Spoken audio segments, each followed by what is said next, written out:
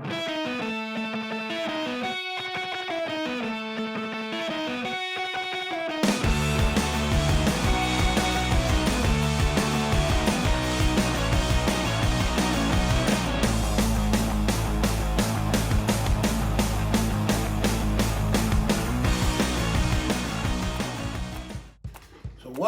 to the Krusty Kitchen. I am your captain, Captain Krusty. I'm gonna show you how to make potatoes and chorizo Mexican style, or as we say, Texican style. You can use yellow potatoes, white potatoes. I have a preference, and it's red potatoes. So the first thing you're gonna do is you're gonna peel these potatoes. All right, so you're gonna need some really basic ingredients, but these are really crucial. Of course, you need salt, you need some pepper. I like to use this product called Mrs. Dash, some Adobo from Goya. This is not an endorsement of these products. If you do, you can substitute with something else. Of course, some dried parsley and some minced garlic. I prefer to use minced garlic, but you could use garlic powder if you don't have that. Also important you need to have is an onion. All right, so then once you chop up your onions, and I like to make them to nice little manageable squares. You kind of put them on the side like so.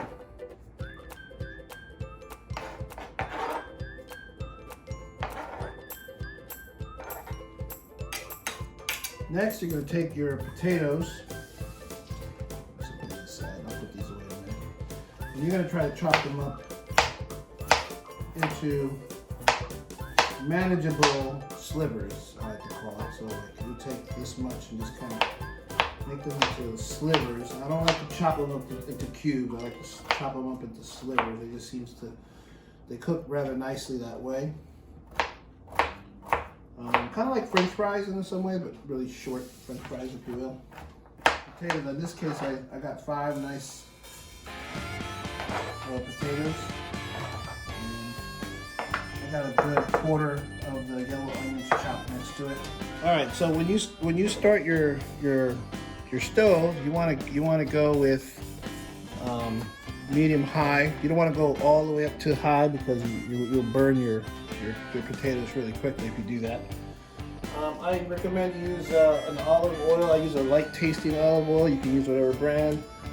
Some people like to use vegetable oil or different kinds of oil. It's okay to just kind of be, not put an incredible amount, just enough to get your pan wet, if you will.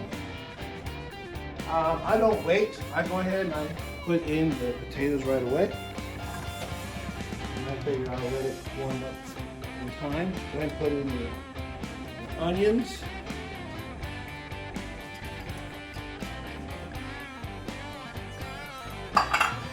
Now you have to put in your spices. I don't know how much you like garlic. I love garlic. I like to throw in the juices, especially. That's why I like minced garlic so much. About a spoon's worth should do it.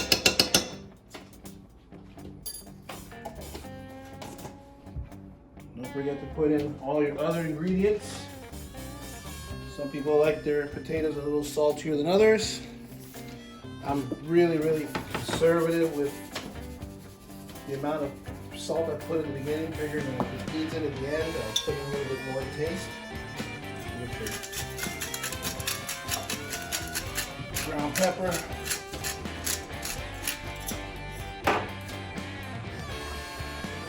Adobo. Which also adds more salt. So you want to be a little light on that if you need to watch your salt. Mrs. Dash, I'm a little more generous with, and the parsley. And that's basically it for the ingredients for now, until we get to the chorizo part. All right, so with this, I like to give it a nice mix. Get everything nice and mixed in there while everything is still cold.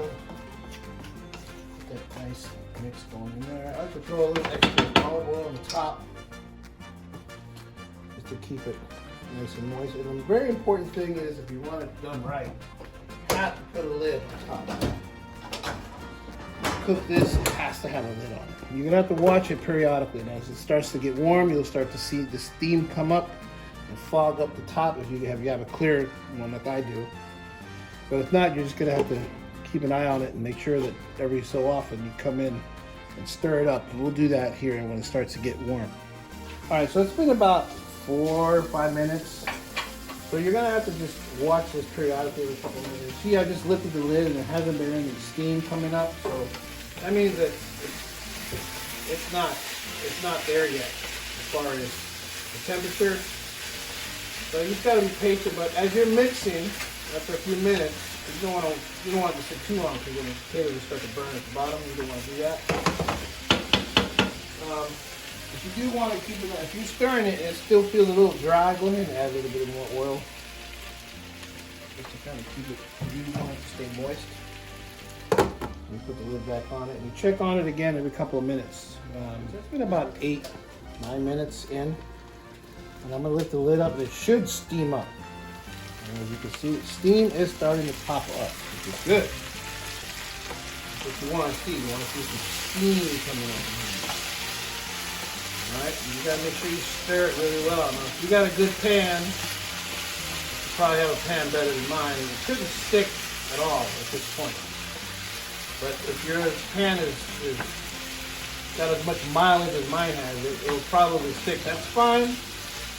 I mean, it's perfectly fine. I think I'm used to it sticking. It's not always going to be perfect. And that's totally fine. So just go ahead and put the lid back on. So while that's going on, I want to show you guys what the other ingredient is. And it's chorizo. And this is a brand called La Chona.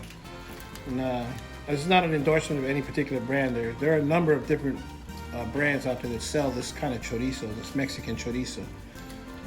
There's 6 little sausage links in this one. There's chorizo links in this one.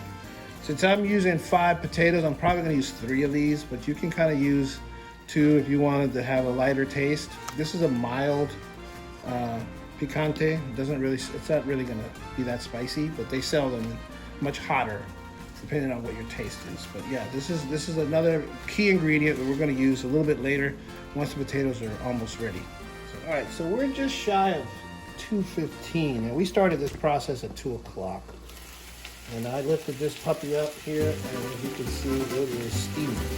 So if you want to, when you're steaming, you can hold the lid over the pan and let whatever steam water drip back into the pan so it stays nice and moist. That's what I do anyway. So now it's starting to stick a little bit more on the bottom, and that's just how this goes. So you just got to make sure that you keep stirring it every few minutes or so. So like I said, we're 15 minutes into this process, and the potatoes are still very, very hard. So that's just normal. So we're gonna go ahead and put the lid back on here. And while that's going on, we're gonna actually chop some tomatoes. All right. So one of the other ingredients, and this is a very important ingredient, is tomatoes. Now I'm using plum tomatoes. You can use whatever tomatoes you want. But if you're gonna use a large, like a steak potato or tomato, excuse me. If you're gonna use a large tomato, then you would use 1 large tomato. If you're gonna use the smaller tomatoes, like the plum tomatoes, like I am, then I would use 2 for this particular. If you're gonna be cooking less potatoes than 5, then I would just use 1. So right now we're at about, it is 2:17. So I'm gonna go ahead and stir the potatoes again. So it's only been a couple of minutes, but as you can see, the steam is definitely coming up nice. I'm going to turn the light on so you can see that.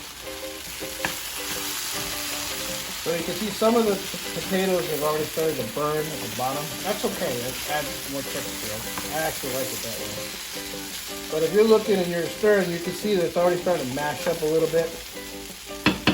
That's what we're gonna add the other ingredients now. So I'm gonna put a little bit more oil in the middle. You take those tomatoes that I just chopped up and add those guys. Yeah. So I took the chorizo out of the package already, but I'm not gonna put it in just yet. I'm gonna wait a little bit more to put that in. So I'm gonna cover this back up And I'm gonna let it sit for a couple more minutes to get a little bit more moisture, get a little bit more tender, and then I'm gonna add the chorizo. So it is now about 220, so we're about 20 minutes into this process. I've already added the tomatoes, and to the potatoes. As you can see, it's steaming pretty good now. And that's a good sign. That's what we want. Once we get a nice steam, it's nice and hot. If you feel like it's getting a little too hot, you can always bring the temperature down a little more. You want to manage it. You don't want your potatoes to burn. And we're going to go ahead and add the chorizo now. That's that stuff right in the middle. Push it out.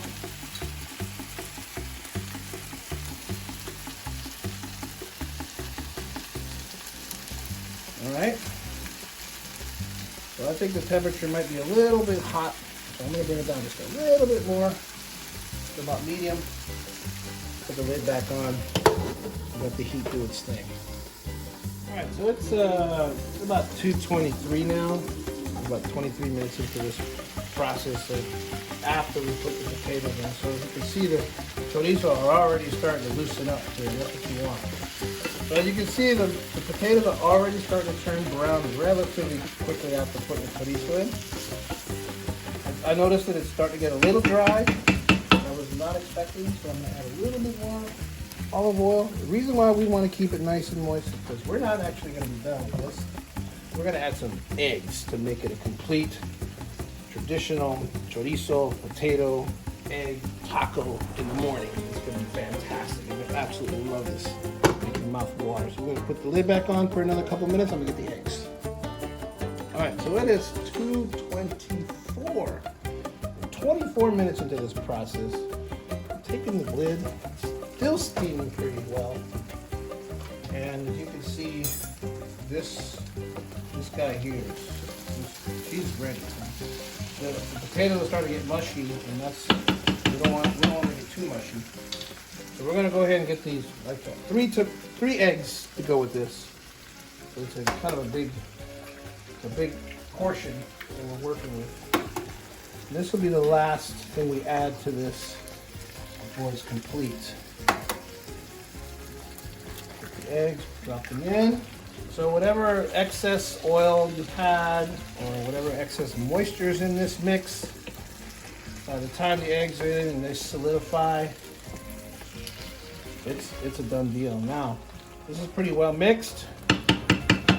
You are not going to put the lid anymore. Once you add the eggs, the lid is retired in this process. I hope I let the camera keep capturing this because this is important. So now that the eggs are in, it's just a matter of keeping an eye on the eggs, because once the eggs are done, then your dish is done. All right, so now we're pretty much done. I mean, you can see it's creamy, and there's going to be chunks of potatoes that are still intact, and then you're going to have some that are just kind of mushy, and that's a good texture. Salt wide, it's right there. The potatoes are nice, they're perfectly done. You're gonna want to serve this guy up soon. Especially it's good when it's hot. And just put it in your serving, whatever you're gonna serve it in. And whatever tortillas you like, I think they're really good. This particular dish is really good with flour tortillas. All right, so it's pretty much done. I put it in a smaller bowl for it to be manageable, but here I did put a white flour tortilla in I like to use it in the regular bread toaster, but the big toasters to give it that crispiness. And you just put it in. If you like some picante on there, you can put some picante in it. I'm gonna give this one to my daughter, who's kind enough to film this. And she will be the one who will have the honors of eating this taco. Sit down. We are in the crusty kitchen. How's it taste? It's good. It's hot. And that's it. There you have it. And that is the potato chorizo Mexican Texican breakfast taco mix. It's relatively easy to do. You can do it within in less than half an hour.